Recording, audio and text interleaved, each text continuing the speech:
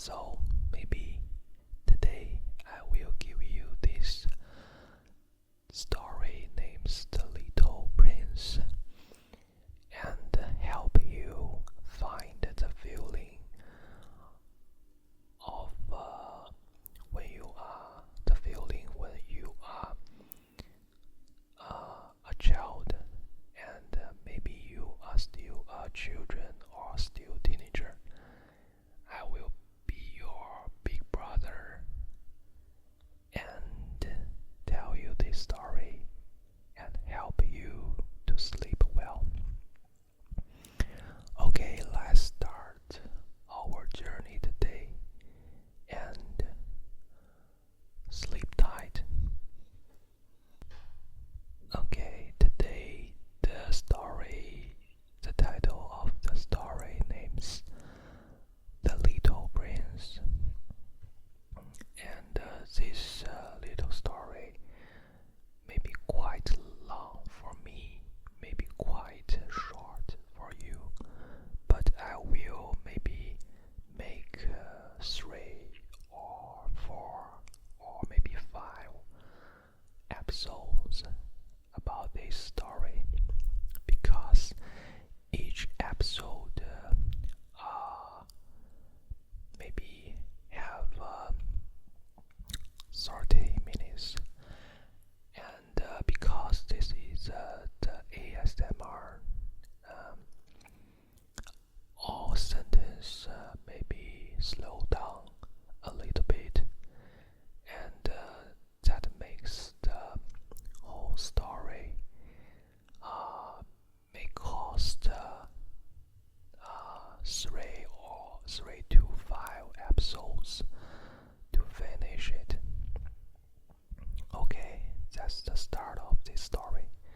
Let's begin. Chapter 1. Once, when I was 6 years old,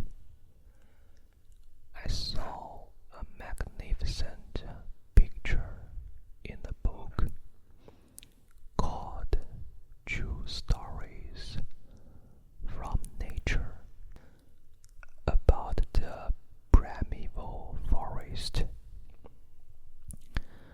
It was a picture of a boa constrictor in the act of swallowing an animal.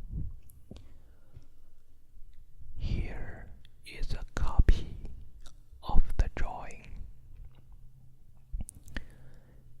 In the book, it said, boa constrictors swallow their prey whole without chewing it.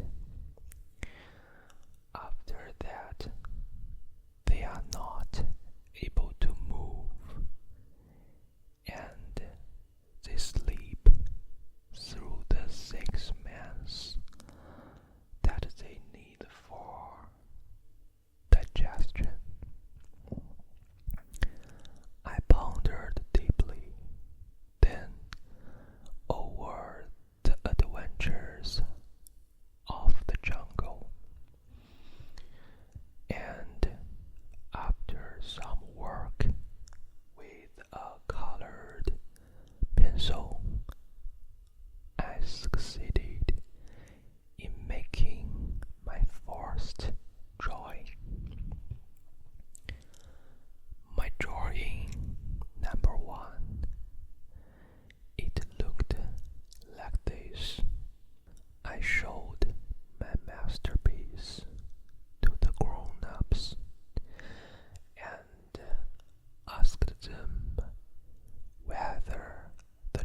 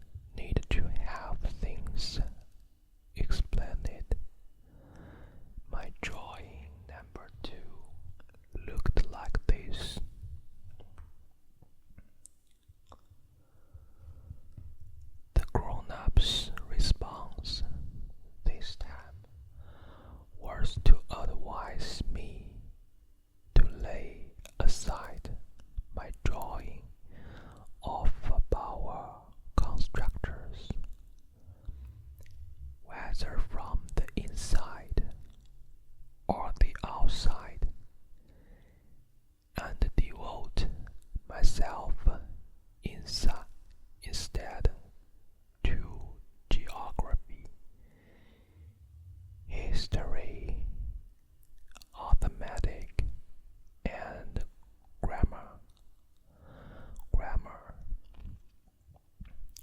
That is why, at the age of 6, I gave up what might have been a magnificent career as a painter.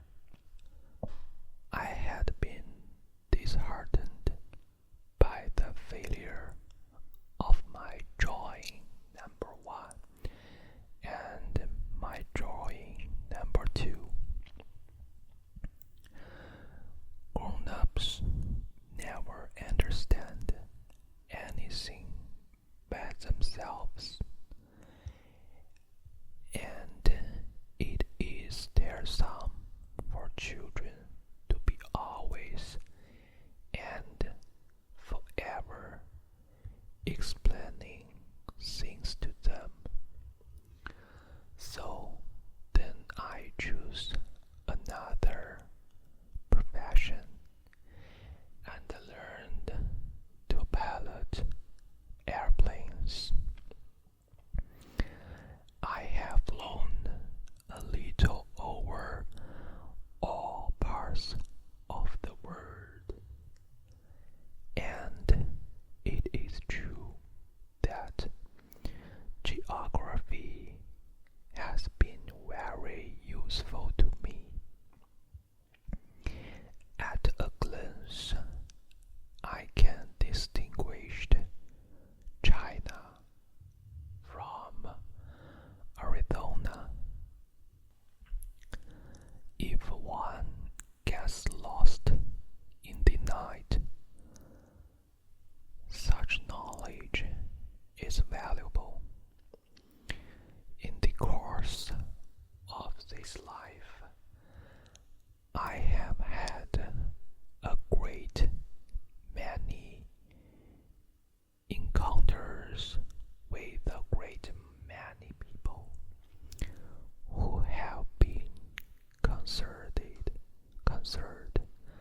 with matters of consequence. I have lived a great deal among grown-ups. I have seen them immediately close at hand, and that hasn't much improved my opinion of them. Whenever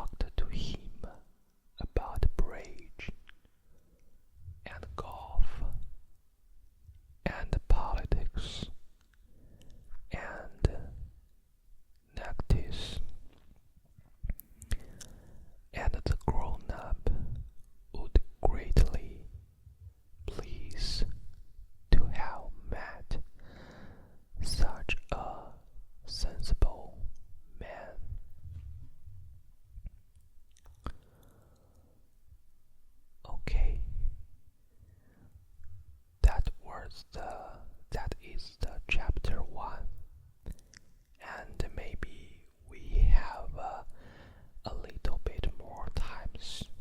Okay, that is the chapter 1, and maybe we have a little bit more times today in this episode.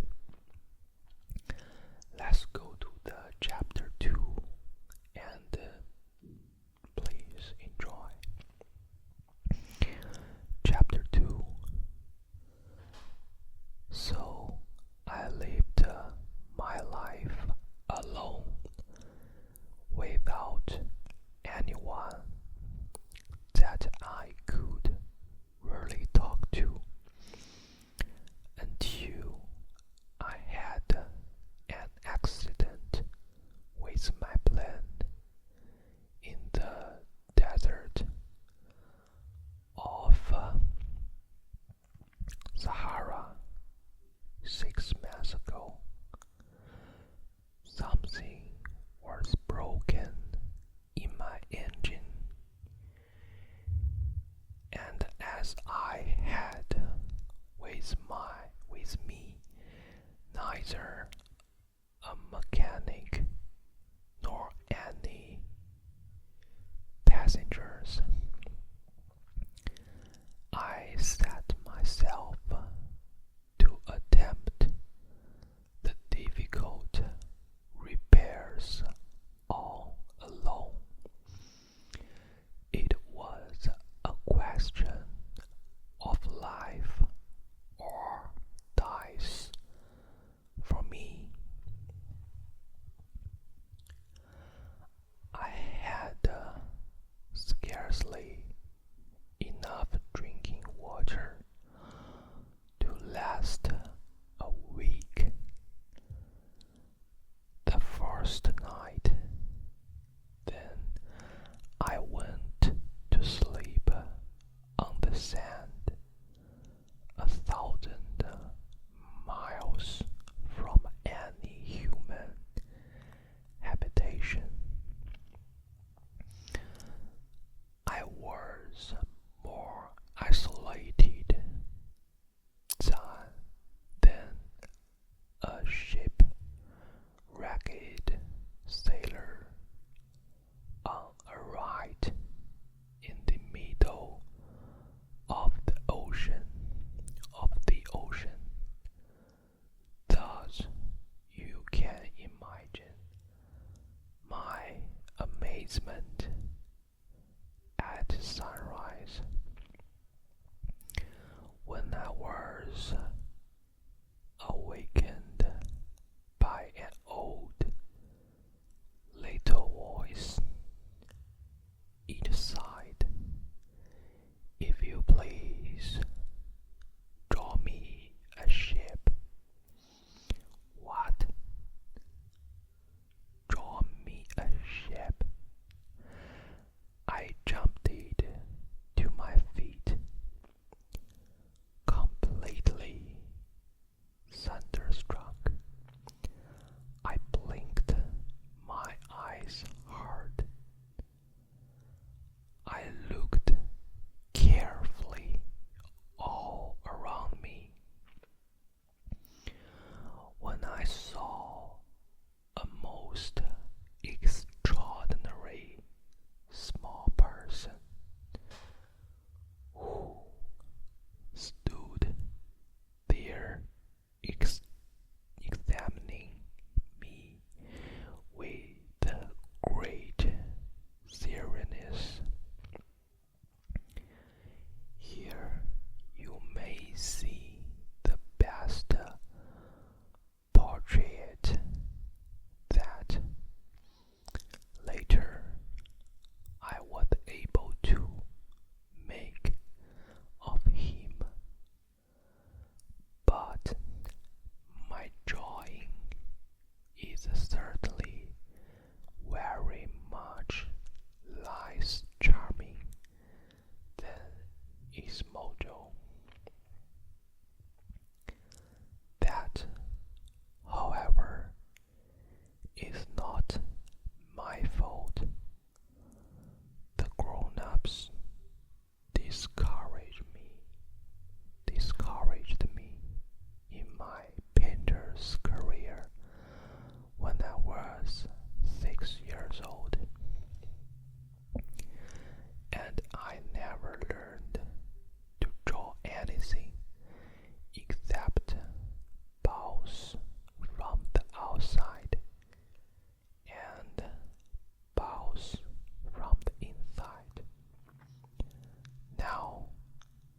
I started at this sudden operation with my eyes fairly staring out of my head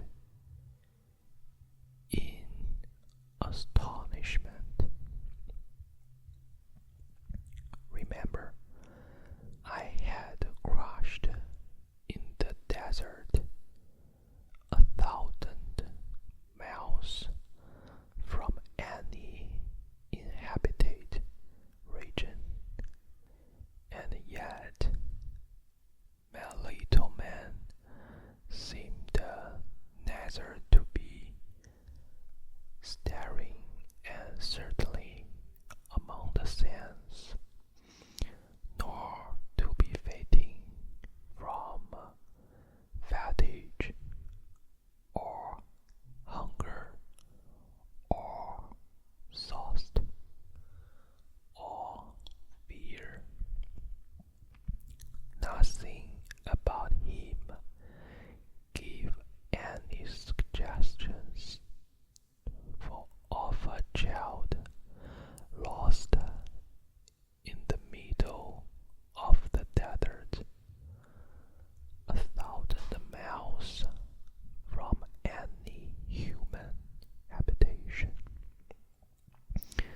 When at last I was able to speak, I said to him, "But what are you doing here?" Okay, guys, the time is up. The time is over.